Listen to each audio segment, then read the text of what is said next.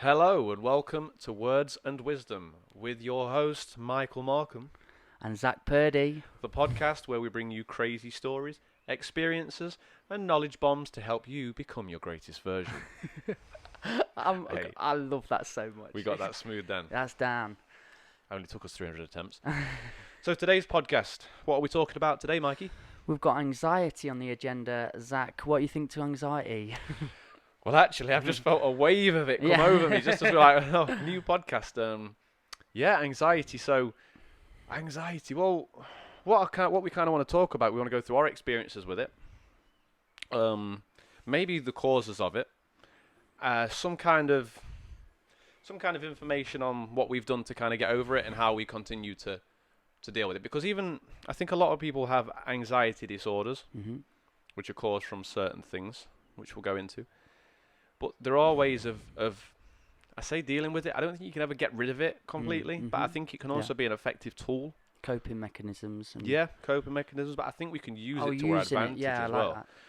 So, like, I mean, you hear a lot about artists who get up on stage, Yeah. really successful ones, even Kevin Hart, everybody. They experience that wave of anxiety before they get on stage, but that's what fuels them, because when we're anxious, the body pushes blood to the brain to get you ready for kind of combat or whatever. It's quite evolutionary speaking, isn't it? Very like, evolutionary. It gets you ready and ready for rumble. Gets you ready. And when you said about the celebrities, I really like hearing them stories, because when you see your favourite celebrity and you're like, they can never go through anything, they're not human. Yeah. And then they're actually come down on a level and like, no, every time I get on a stage, every time I perform, I get these natural emotions, these natural feelings of nervousness. And that can eat you, and you can let like all the negative sides come out and show, or like they say, we've learned to channel them in the right way. Channel them, very good choice of word there. Channel it, embrace it, and learn how to kind of deal with it in the moment. So, Mikey, if you wanna talk about your experience with it first and what you've kind of Anxiety is a really interesting one for me, man, because as a kid, I know about all the bullying and the tricky times, but anxiety didn't really happen to me too much. I was quite depressed and I didn't like my life, but being nervous about things and anxious about things happening, I just got on with. I didn't have too many situations where I had anxiety show up because I wasn't putting myself out there too much. I was going back to my nan's in a comfortable position. I was going back home. I was always in a comfortable position, but just feeling low in that comfortable position. Later on in my life, where I was actually going out, actively looking to meet people, going on adventures, had to go completely out of my comfort zone all the time, these feelings were emerging. These scared, fearful feelings started coming up, but I didn't know what to call it or what it was, so it was just alien to me, and I didn't know how to handle it at all. It was just there, and I'd never tell anyone about it. I'd just be there, and I'd be overcompensating like I can anyway. I'm like, hello, my name's Mikey, what do you want to know about myself, whatever. And they'd just happen, and people were like, man, just chill, calm down, like, be relaxed, whatever. And I was like, okay, what is this thing happening to me? It wasn't until I got into spiritual teachings to some like Alan Watts. I was listening to Russell Brand at the time, who I do really admire. Joe Rogan podcast. Again, certain mentors where I was like, they're explaining it and I'm going through all them feelings and emotions. They were explaining it, articulating it perfectly. And I was like, that's it. And as soon as I could give myself a label, just for a minute at a time, to silence it a bit and go, oh, you're going through this really normal thing that a lot of people deal with. It's called anxiety. Yeah. And I could search it. I could look on the internet. And I think that's one of the most the initial ways to start to, we'll call it deal with it. It's a hard one, but that's the initial way to deal with it, is to understand it for what it actually is. Completely. Because if we can understand it for what it is, like you did your research, you figured out what it's called, or the process that's happening, you can say, okay, it's nothing too scary actually. It's just a process, and we can kind of learn how to deal with it. And here's what you can do. And that's something I admire about you and a lot of people around. When I don't feel good, I want to change it. I want to feel differently. If I feel depressed, if I feel anxious, if I feel a certain way, I need to look into it and search for that. So yeah, I got into different positions, and I started finding ways of dealing with and coping with my anxiety. Then and later on, I'll get into poetry, and I get into school teaching and going into big crowds then. So I'm getting on the stage in front of, I mean, I've been on stage in front of thousands before as a happiness festival. How did that feel at the start? Man, it was terrifying, to be totally real. The happiness festival was the one with thousands there. Yeah. And first of all, I go in overcompensating again, and I'm cool. I know what I'm doing. And then it's about half an hour before you're on, and you've seen this crowd, and you're just looking out like, oh my God, I've got to get up there in a minute. Wow. So talk us through, terrifying to begin with. You get on stage. Does the fear go up or down? As soon as I open mouth, if it comes out right, it goes completely down. Okay. I say something, I've got like, right, it's because I put myself in so many situations. I put myself in this, all the possibilities of what could go wrong. I'm like, Mikey, you're going to get up there, say something daft, everyone's going to laugh. And I've just built this idea of myself up in so many different ways. But as soon as the actual thing's happening, and I sit there and they say a question and they've welcomed me on nicely, and I say something back and I go, oh. It eases. So I think what to take away there is you've built up this fake image of what's happened that's going to happen. Yeah. You've got on stage, it could still happen. It doesn't happen. The brain goes, oh, okay, let's relax. We're okay here, yeah. That's exactly. That fight or flight, first of all, kicks 100%. in. And then as soon as you're in that motion, it's like, this is what's happening, deal with this now. And it's like, in. And being in the moment. Again, I've had great mentors, I've had great people say, channel it. And I've managed to be on stage and my energy comes across then. It really shows. The opposite side, like when I've been on a stage and I've misread a crowd, I was working with like boys that have all been excluded from school. I was trying to talk to them like they're in primary school and look, pull your straps up. We're gonna be cool, guys. Yeah. And be something you're not. They really, the vibe went wrong, and my anxiety just built. And it was like, oh no, that thing's happening. And I started going and down that road, and I was sweating, and I was panicking. My lips went dry, and all the things you can imagine happened. Yep. And it was from that I struggled to get out of that position. I did eventually come round, and I got on a more real level, and I calmed down with them because I was being real and telling my story. But the idea of myself that I thought could go wrong was. And it started really like hitting me with a wave. So put yourself in that position that you just explained there, where you're with the group of young people, and you say something that you can tell is awkward, and you get that flood of anxiety. Yeah. Talk us through how you would deal with it now, knowing what you know. Again, just repositioning yourself, just constantly like when you're there, you've said something. As long as you're going in with your truest form, your truest self. I'd breathe. I think breathing's a massive technique and something I've really learned about anxiety. We tend to hold our breath when we get anxious. Like sharp, and it's breathing in quick and breathing out. I'm just like, again, I've watched mentors, I've watched Joe Rogan, and people like they're getting heated debates, and they're just like, relax, you're okay. Ground yourself. If you're listening to this right now, you're feeling a certain way. See how you feel. Take a deep breath in for like 3 seconds, hold it for a second, and then breathe out for 3 seconds. And just see if you feel more relaxed with one breath. And that's kind of what Mikey's saying here, is to just use that principle in moments of severe anxiety to just pause, take a second, slow down and breathe. And breathe out the anxiety as such. And a thing that we'll discover through time with talking to one another, like I have had left a scar from overuse of substances in my life and things like that. So if I let my anxiety take over, I actually have like what's called flashbacks, or HPPD is the diagnosis. Wow.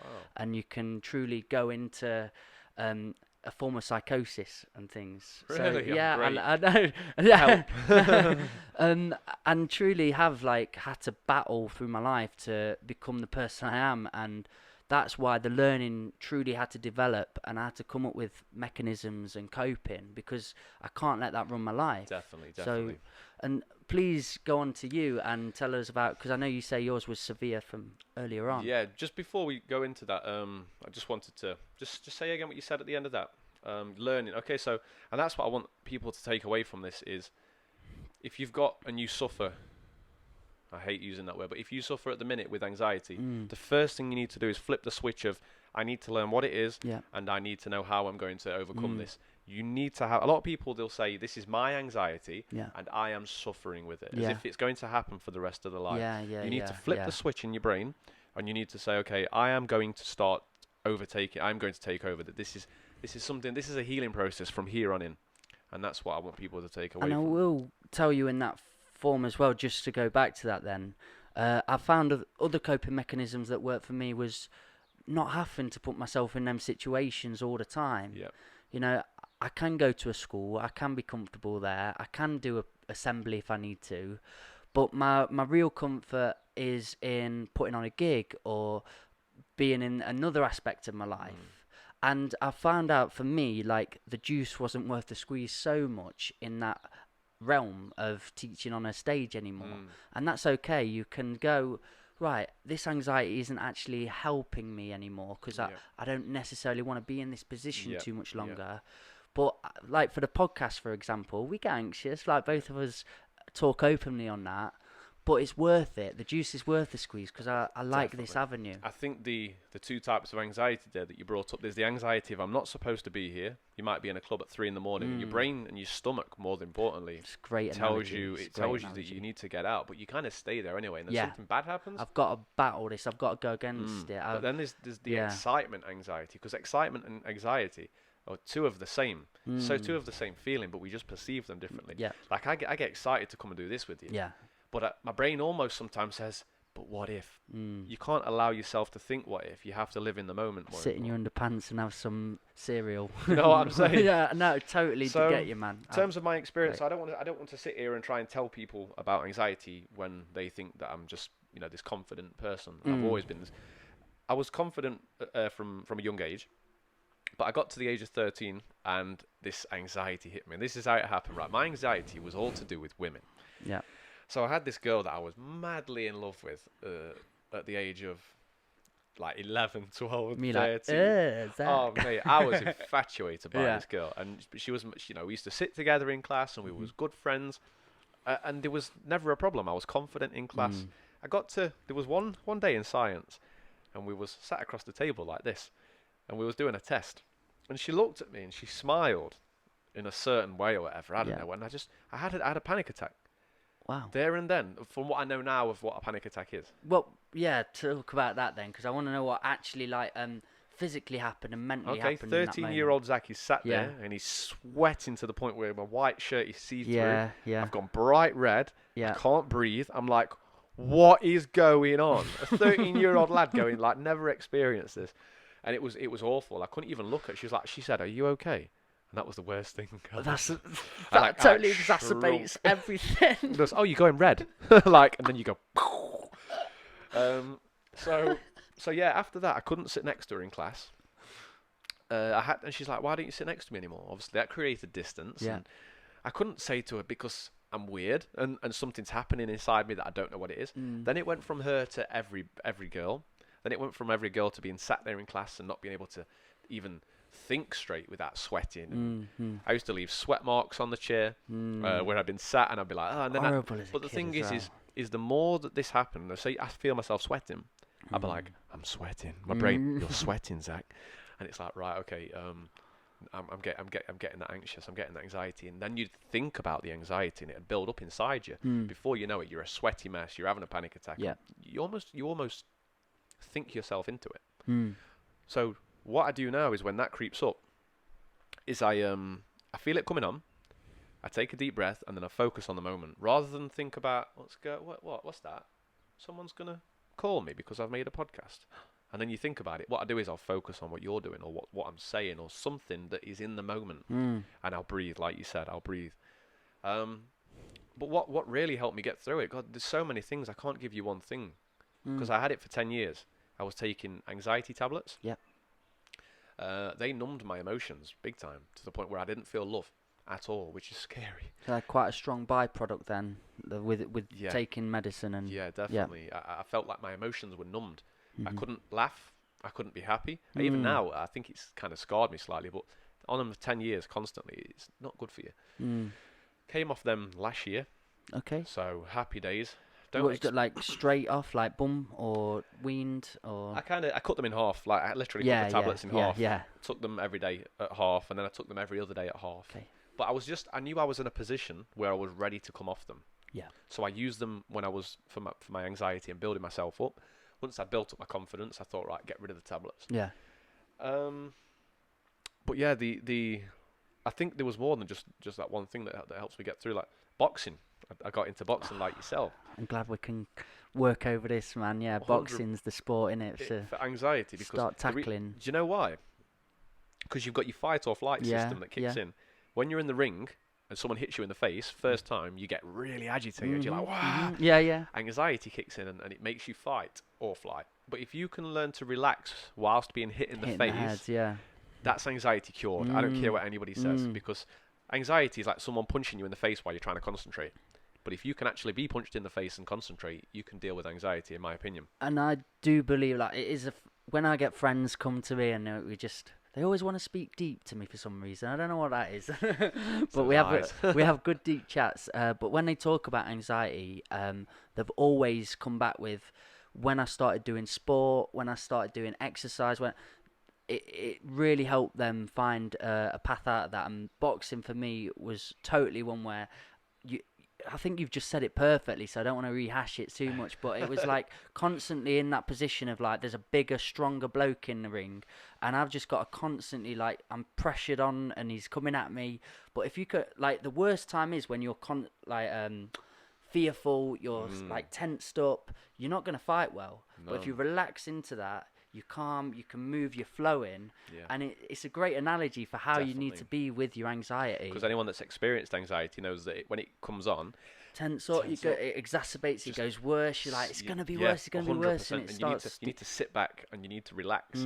Because once you sit back and you relax, your mind sort of goes with your body. If your body's uptight and tense, your mind is. If your body's sat back and relaxed. I think exercise and sport and healthy and what's going in really feeds the brain. I've found out the other day, you may know this, two brains. Yes. Yeah, you've got your gut brain, and what's going in here and what you feed into the body is all like, it's really going to help that sense of anxiety. 100%. Wrote down here, like, we've got these imbalances that may need to be looked at. So medicine can be a great way of doing it, but then I don't like to see it as a too much of a long-term idea or goal. And there are, after a while, so many things, as you know, as your personal training and personal coaching, days of what you're putting in and what you're doing to the body will transform your life in so many aspects. 100%, Mikey. Like, if you, here's a good example.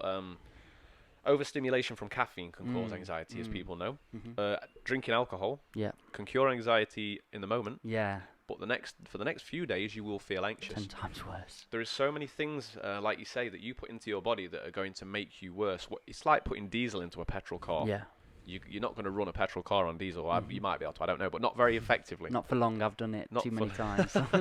So if we're putting in chocolate and alcohol, we're putting diesel into a petrol car. Yeah. We need to be fueling it properly so that we can think properly. And the body's response is probably going, what's going on? I've got to work with all this. Now you put me in some situation I don't want to be in. It's constantly just saying, stop. I need the good stuff going in, and I need to be in good situations. Definitely, mate. It was in, for me, when I did go to them parties back in the day in Ripley, and you knew something was cracking off, there was a part of you where you're excited. You were like, something's going to crack off here. But the anxiety when it actually happened as well, and people came, I was like, I don't need this in my life. So I removed myself from that situation again. You've got to know when the anxiety is working for you, like we said earlier. If it's working for you or against you, sort of thing as well.